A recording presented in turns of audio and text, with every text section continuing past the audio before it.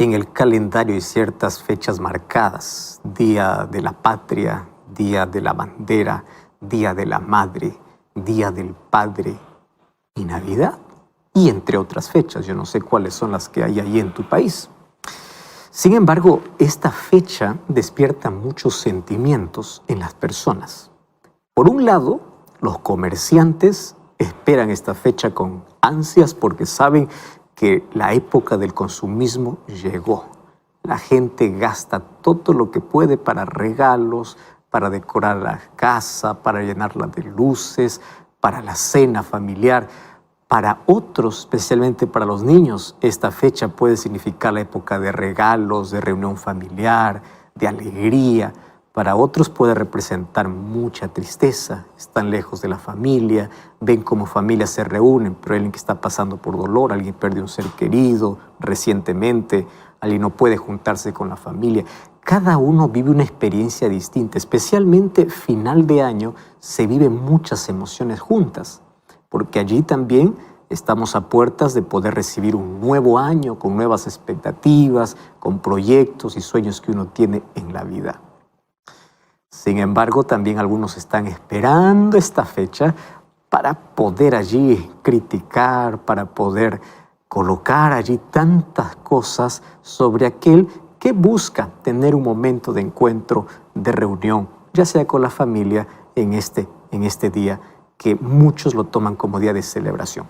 Yo quiero colocar en este momento, antes de abrir la Biblia, algunos asuntos particulares de manera clara para que no sea confundido este mensaje.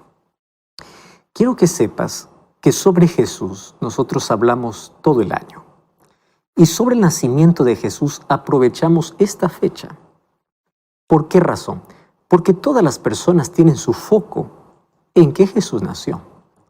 Especialmente voy a hablar para aquellas personas que al son de crítica dicen, pero ¿cómo es posible que se hable de Navidad?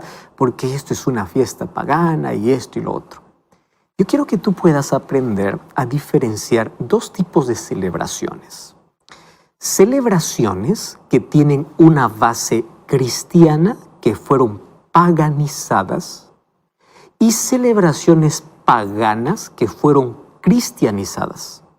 ¿Estás entendiendo la diferencia? Déjame explicarte la diferencia entre una celebración cristiana que fue paganizada y una una celebración pagana que fue cristianizada.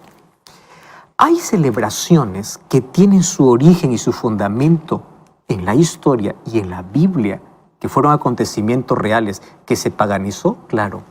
Una de ellas es Navidad.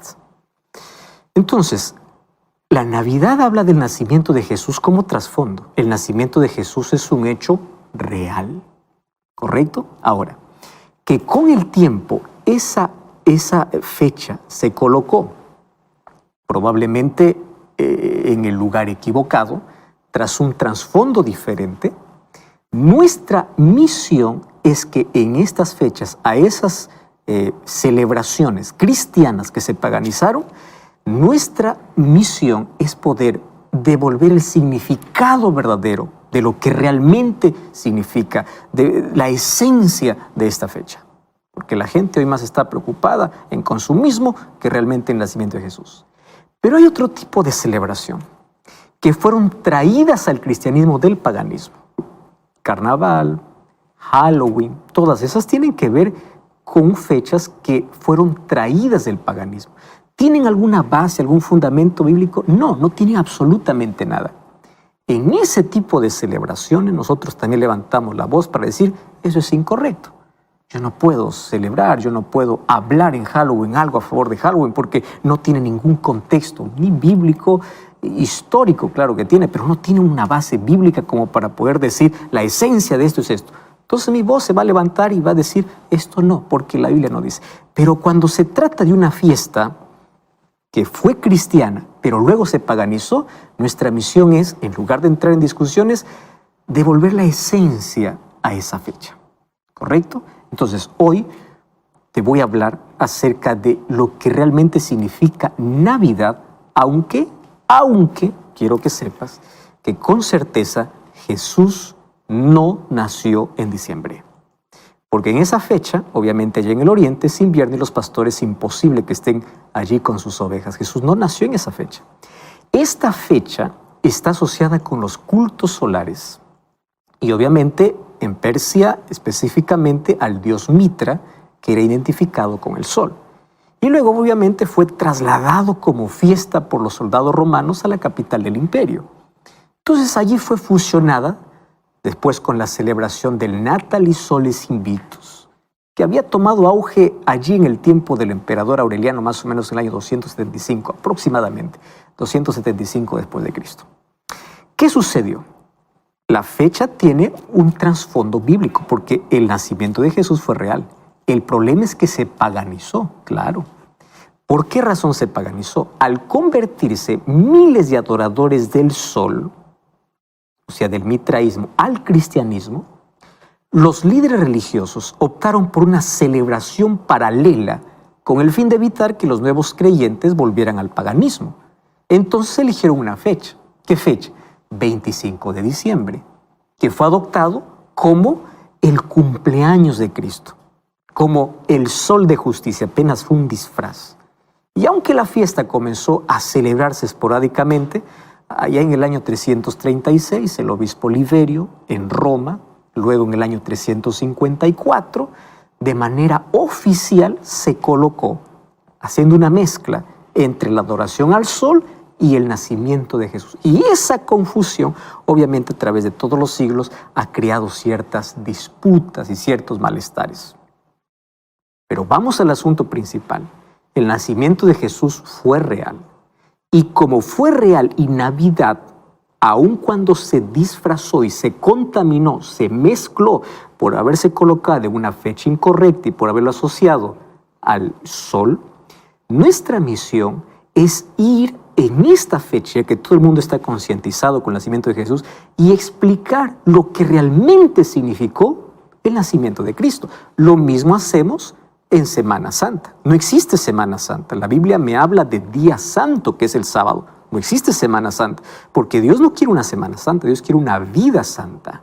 ¿Estás entendiendo?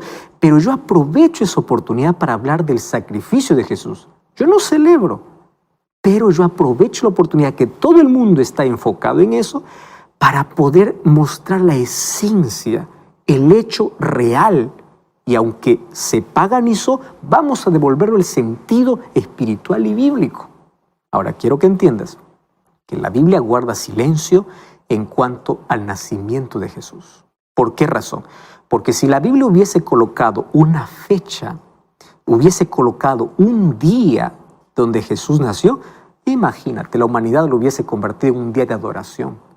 La Biblia solamente me habla de un día de adoración, que es el día sábado. Entonces, para no crear mayor problema, ya que sabemos que el ser humano es idólatra por naturaleza, guarda silencio en cuanto a la fecha exacta. Claro que hay muchos cálculos que se hacen, que Jesús probablemente nació en septiembre, que Jesús probablemente nació en marzo, en abril, etcétera, etcétera. Mas la Biblia guarda silencio. Y a lo que la Biblia guarda silencio, yo no puedo dar un énfasis a una especulación. Lo que sí puedo es aprovechar momentos como este para traer el verdadero significado de lo que representa eso que el mundo no tiene idea de lo que está celebrando. Entonces, imagínate, si para la resurrección de Jesús que ocurrió el domingo, la gente buscó hacer del domingo un día de adoración, imagínate si la Biblia dijera que Jesús nació un día jueves. El jueves también lo hubiesen convertido en un día de adoración. Entonces la Biblia es clara, por eso es que no colocó ni fecha ni día para el nacimiento de Jesús. Entonces, el 25 de diciembre no es una fecha, la fecha exacta en que Cristo nació, pero es la fecha donde a través de la historia el relato bíblico se mezcló, se paganizó, y nuestra función o nuestra misión es poder traer el verdadero significado, la esencia. Y quiero que quede claro que el único día específico y separado por Dios en la Biblia, lo cual llama santo, no es ni 25 de diciembre, ni Semana Santa, ni el día de resurrección, sino el día sábado. ¿Está bien? Muy bien, pero muchos aprovechan obviamente esta oportunidad para reunirse, eso no está mal, para reflexionar, y aquí estamos para poder explicar la verdadera razón. No estamos aquí para poder entrar en discusión, ni crítica, ni desunión, sino para ver lo que la Biblia dice sobre este asunto. Además, quedo pensando en que desde el nacimiento de Jesús siempre existieron dos grupos. Un grupo era el grupo que buscaron adorar a Cristo. Ahí están los pastores, ahí están los reyes magos, aquellos que buscaron adorar. Pero por otro lado, encontramos gente que rechaza a Cristo. Y esto siempre existió desde su nacimiento. Encontramos a Herodes, que quiso matar a Jesús. Encontramos al mesonero, que no dio un lugar para que Jesús naciera. No hay lugar, y parece que esa palabra cada vez se acentúa más, especialmente en nuestra sociedad. Para Cristo no hay lugar. No hay lugar en la vida, no hay lugar en la familia, no hay espacio, no hay lugar. Entonces, me debe llevar a una reflexión de lo que significó en su comienzo el nacimiento de Jesús. ¿Qué trae para mi vida y qué cosa es lo que yo puedo aprender? ¿Puedo ser como Herodes o puedo ser como los pastores?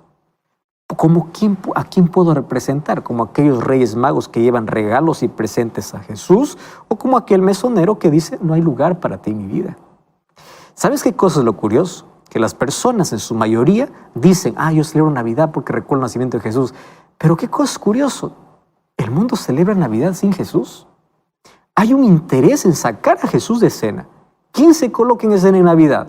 Un Papá Noel, un árbol, un pesebre. Es como intentar celebrar un cumpleaños sin un cumpleañero.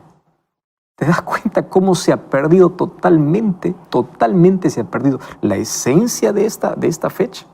Y aunque ya te expliqué que no es la fecha, pues vamos a ver por qué Jesús tuvo que nacer y por qué vino a nacer.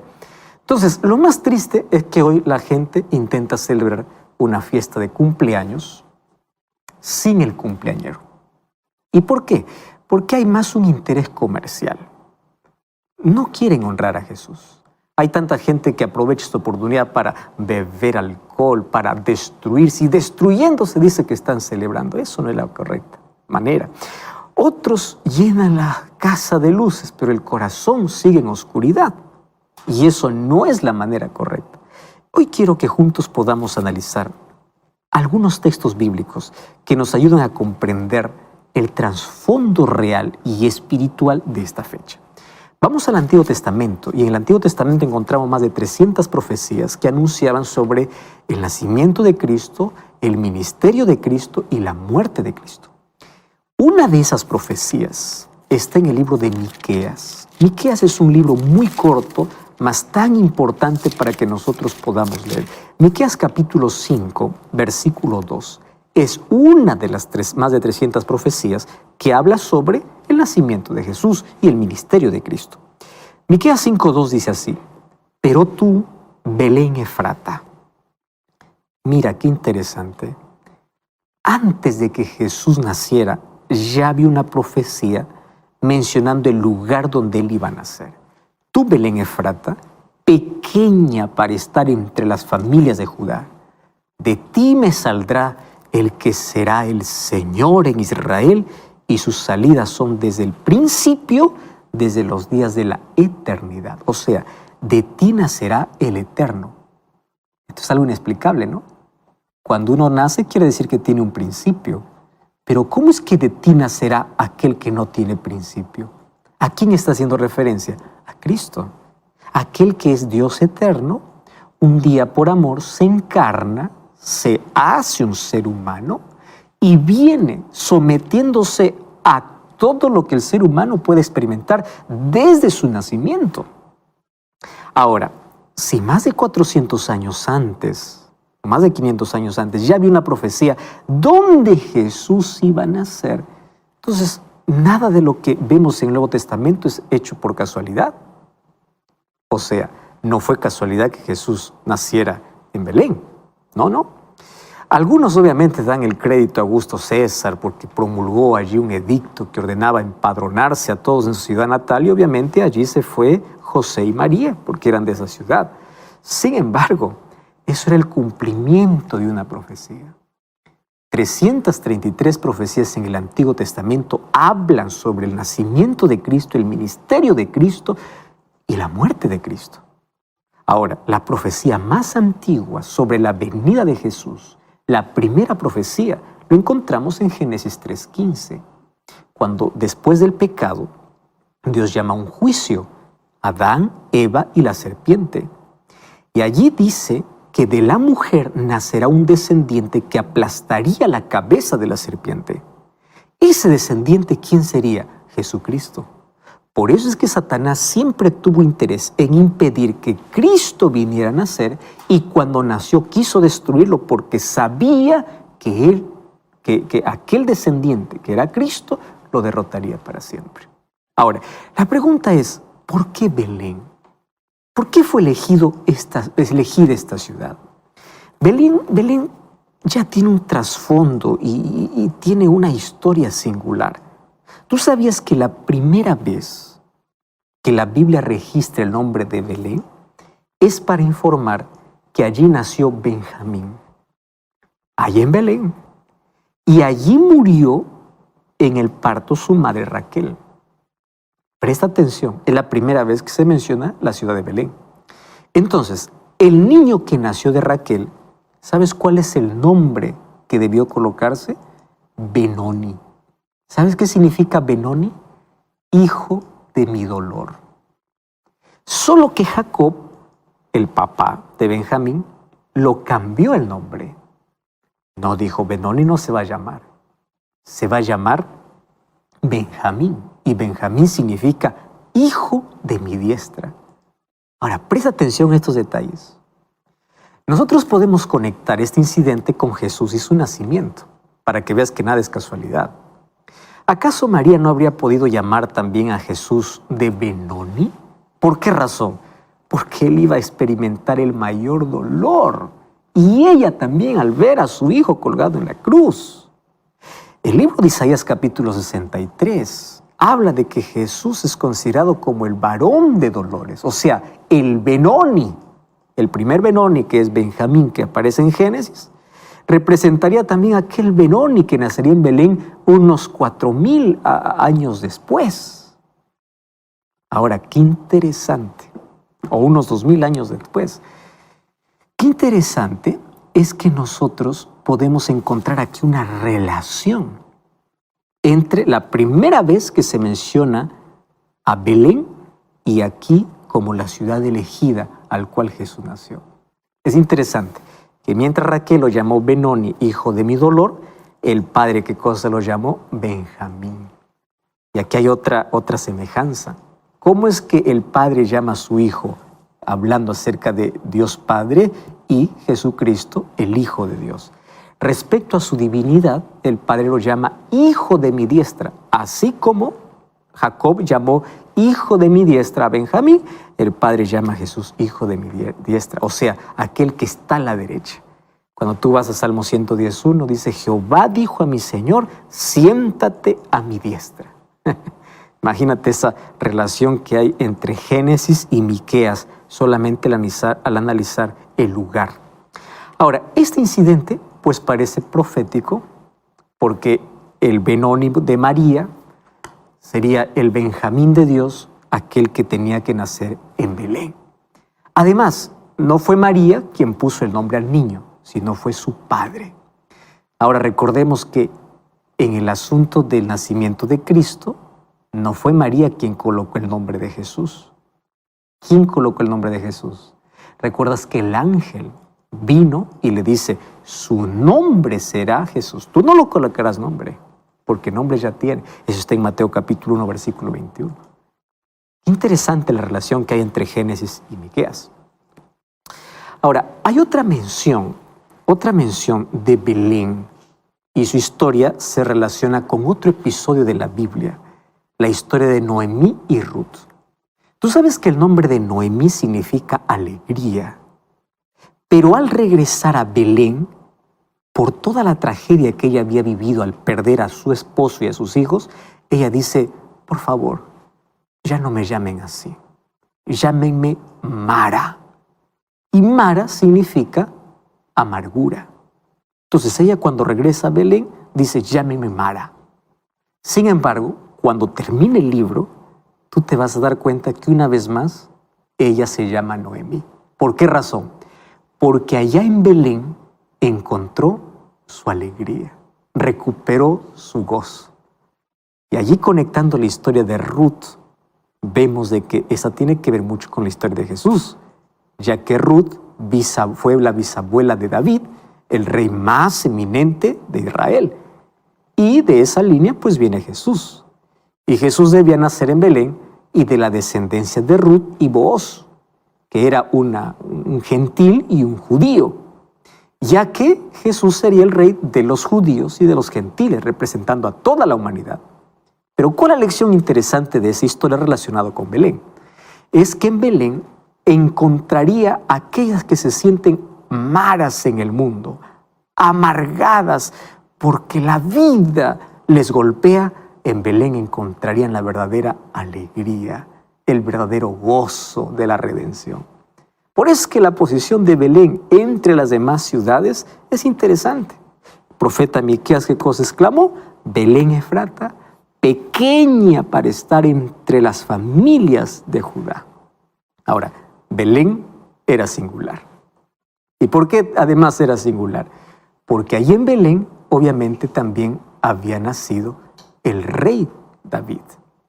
Ahora, es interesante notar que a través de la historia, cuando conectamos la ciudad con el lugar que fue elegido para que Jesús pueda nacer, encontramos que nada fue por casualidad.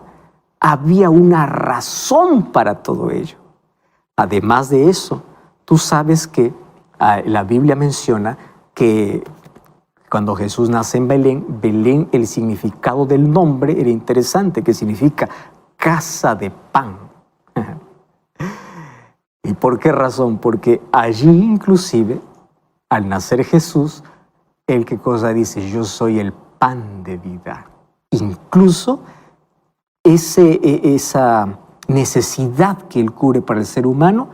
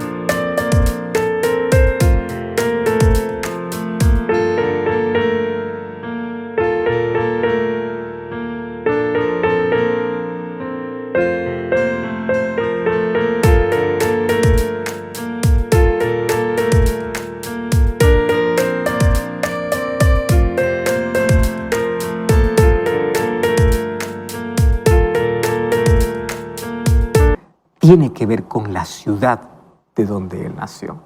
Ahora, uno de los asuntos interesantes que me llama la atención del texto bíblico es que dice, tú Belén eres la más pequeña. Ahora, presta atención aquí. Cuando Jesús vino a nacer, Él no solo eligió una pequeña aldea. Él pudo haber elegido la gran Jerusalén para nacer. Pero no solo eligió una pequeña aldea. Él eligió un establo en la pequeña aldea. O sea, el peor lugar de la aldea más pequeña. La aldea ya es pequeña, ya es suficiente que Jesús haya decidido nacer en una aldea pequeña. Es suficiente. Pero Él eligió de la aldea más pequeña el peor lugar. ¿Qué cosa? Un pesebre. Y Jesús nació en el peor lugar para convertirlo en el mejor lugar del mundo. Y aquí encuentro una lección importantísima. ¿Por qué razón? Porque no importa si el lugar es pequeño, no importa si el lugar no es cómodo, no importa si el lugar es insignificante, Jesús, el peor lugar, lo puede convertir en el mejor lugar. El más pequeño, Él puede convertirlo en grande. El más insignificante, Él puede convertirlo en renombrado.